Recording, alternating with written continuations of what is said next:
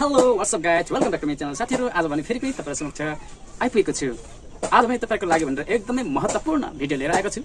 यदि तपाईहरु नयाँ व्यवसाय सुरु गर्न गइरहनु भएको छ भने तपाईहरुको लागि यो भिडियो एकदमै महत्त्वपूर्ण हुनेछ। आज भने तपाईहरुको लागि भनेर मैले जुन चाहिँ यो देख्नु भएको छ एआई भिनाइल कटर भन्छ। यो एआई प्लटिङ मेसिन हो, यो प्लटर मेसिन हो। यसले चाहिँ स्टिकर कटिङ गर्छ है, र यो स्टिकर कटिङ गर्छ यसले चाहिँ। र यसको बारेमा म तपाईलाई यसको सेटिङ कसरी बताउने सुरुको है मेन चाहिँ यसको ड्राइभर इन्स्टल गर्नुपर्ने हुन्छ हाम्रो ल्यापटप पीसीहरुमा। र यो प्लटर सम्बन्धीको यो मेसिन सम्बन्धीको पहिलो पार्ट रहेको छ, जसमा चाहिँ हामीले कसरी यसको चाहिँ सफ्टवेयर चाहिँ इन्स्टल गर्ने र यसको ड्राइभर इन्स्टल गर्ने भन्ने बारेमा यो भिडियोमा क्रमशः बताउने जानेछु। यो पार्ट 1 हुनेछ तपाईहरु। त्यो भन्दा अगाडि तपाईहरुलाई म विनम्र अनुरोध गर्न चाहन्छु, यदि मेरो च्यानलमा तपाईहरु नयाँ हुनुहुन्छ भने मेरो च्यानल सब्स्क्राइब गर्न नभुल्नुहोला। यदि तपाईहरुले मेरो च्यानललाई सब्स्क्राइब गर्नु भएको छ भने ठिकै छ। यदि तपाईहरुले मेरो च्यानललाई सब्स्क्राइब गरिकन तपाईहरुले मेरो भिडियोलाई पनि लाइक गर्नु होला। यदि मन नपरेमा तपाईहरुले के मेरो घटी कमजोर छ त्यो तपाईहरुले यो भिडियोमा दिन सक्नुहुन्छ भन्दै अब भने हामी प्र्याक्टिकली यसलाई सुरु गर्नेछौँ। आउनुस् हामी स्टेप बाइ स्टेप यसलाई सुरु गर्नेछौँ र अर्को भिडियोमा फेरि पनि यसलाई कसरी यसको डिजाइन गर्ने भन्ने बारेमा म तपाईलाई बताउनेछु। आउनुस् हामी सुरु गर्नेछौँ।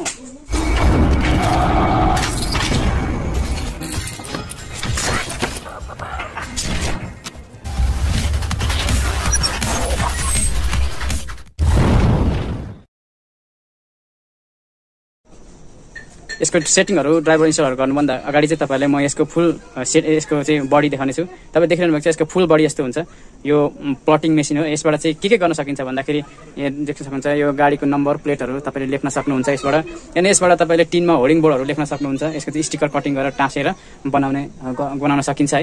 र यसबाट टी-शर्ट प्रिन्ट यो चाहिँ टी-शर्ट प्रिन्ट गर्ने यो सब्लिमेसन हिटिङ मेसिन हो। त्यसमा यो टी-शर्ट भिनाइलको टी-शर्ट भन्ने एउटा पेपर आउँछ, भिनाइल स्टिकर पेपर अनि स्टिकर। त्यो स्टिकर कट गरेर हामीले टी-शर्ट पनि डिजाइन गर्न सकिन्छ। टी-शर्टमा पनि हामीले डिजाइन गर्न र विभिन्न कोटेसनहरु हाल्न सकिन्छ। र अब भने यसमा चाहिँ के गर्नुपर्छ भने पहिलो यसलाई सेटअप गर्नको लागि पहिलो कुरा यसको सफ्टवेयर हामी कम्प्युटरमा इन्स्टल गर्नेछौँ। र कम्प्युटरमा इन्स्टल गरिसकेपछि अनि मात्र यसको ड्राइभर र सफ्टवेयर इन्स्टल गरेपछि मात्र यो चाहिँ के हुन्छ चल्छ है। यसको कम्प्युटरसँग कनेक्सन हुन्छ र यसको बारेमा म तपाईलाई बताउनेछु। यो कटर भनेको यो फोल्डरमा मैले यसको सिडीबाट मैले कपी गरेर राखेको छु। यो कपीमा जुन चाहिँ एउटा फोल्डर छ यहाँ के एक्सकट भन्छ। यो के एक्सकटमा गएर तपाईले यहाँ सेटअपमा जानुहोस् र सेटअपमा गएर इन्स्टल गर्न सक्नुहुन्छ। तपाईले इन्स्टल यसरी गरेर यो गरेर इन्स्टल गर्नुहोस्। अनि इन्स्टल गरिसकेपछि तपाईले छोडेर अनि तपाई कहाँ जानुहुन्छ भने अब तपाई पीसीमा जानुहोस्। पीसीमा गएर यो लोकल डिस्कमा जानुहोस्। लोकल डिस्कमा गएर तपाईले प्रोग्राम फाइल्समा जानुहोस्।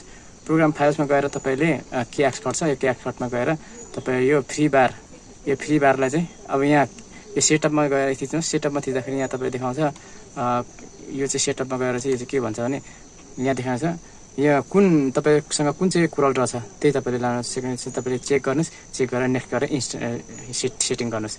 सेटिङ गरिसकेपछि यो भइसक्यो। अब यो फ्री बार छ। यो फ्री बार भनेको यो फ्री बार चाहिँ तपाईले यहाँ पिन गरेर राख्न सक्नुहुन्छ। मैले यहाँ पिन गरेर राखेको छु है। तपाईले पिन गरेर राख्नुस्। र अब त्यो पिन गरिसकेपछि हामीले कुरल ड्र खोल्नु पर्ने हुन्छ। पहिलो सेटअप यो तपाईले देखिरहनुहुन्छ। यो पहिलो सेटअप हो। यो चाहिँ कुरल ड्रको पहिलो सेटअप हो। र कुरल ड्र रे यो क्याक्स कट सेटिङ गर्ने पहिलो सेटअप है तपाईले देखाइरहेछ। तपाईले तपाईको यो कुरल ड्र कुन चाहिँ तपाईसँग छ त्यो कुरल ड्र खोल्नुस्। खोलेर यो एक्स कटको जुन चाहिँ पपअप छ त्यसमा क्लिक गर्नुस्। यो प्रिन्टरको जस्तो। अनि प्रिन्टर गरिसकेपछि यस्तो आउँछ। अब यो विन्डोज आउने बित्तिकै तपाईको यो सेटअप भएको हुँदैन। तर तपाईले यसलाई सेटअप गर्नको लागि यसलाई मिनिमाइज गर्नुस् र पीसीमा जानुस्। पीसीमा गएर यहाँ तपाईले देख्न सक्नुहुन्छ पीसीमा गएर म्यानेजरमा जानुस्। म्यानेजरमा गएर म्यानेजर ओपन हुन्छ। म्यानेजरमा गएर डिभाइस म्यानेजरमा जानुस्। डिभाइस म्यानेजरमा जानु बित्तिकै यो तपाईले देख्न सक्नुहुन्छ यो पोर्ट्स छ। पोर्ट्समा क्लिक गर्नुस् र यसलाई ओपन गर्नुस्। यो पोर्ट्समा ओपन गरेर यो पोर्टको सेटिङ छ।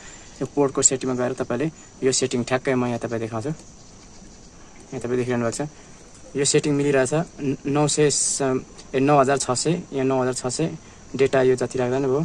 र यो तपाईले देख्नुहुन्छ यहाँ नन लेखेको छ। यो जे राख्दा नै भयो।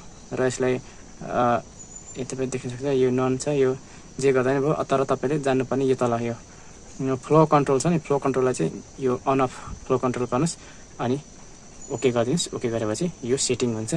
अनि तपाईले यसलाई जुन मैले यहाँ तपाईले देख्न सक्नुहुन्छ यो मैले सेन्ड गर्नु बित्तिकै अब काम गर्छ। मैले सेन्ड गरेँ तपाईले देख्न सक्नुहुन्छ। यतिखेर चलिरहेको छ। चलिरहेको छ, कटिङ भइरहेको छ। साथीहरू तपाईँले जान्नु साथीहरू तपाईँलाई मैले यो भिडियोमा क्लियर देखाएको छु। यदि तपाईँलाई कन्फ्युज भएन फेरि पनि तपाईँले मलाई मेसेज गर्नु होला, म तपाईँलाई बताउने छु। ल त साथीहरू।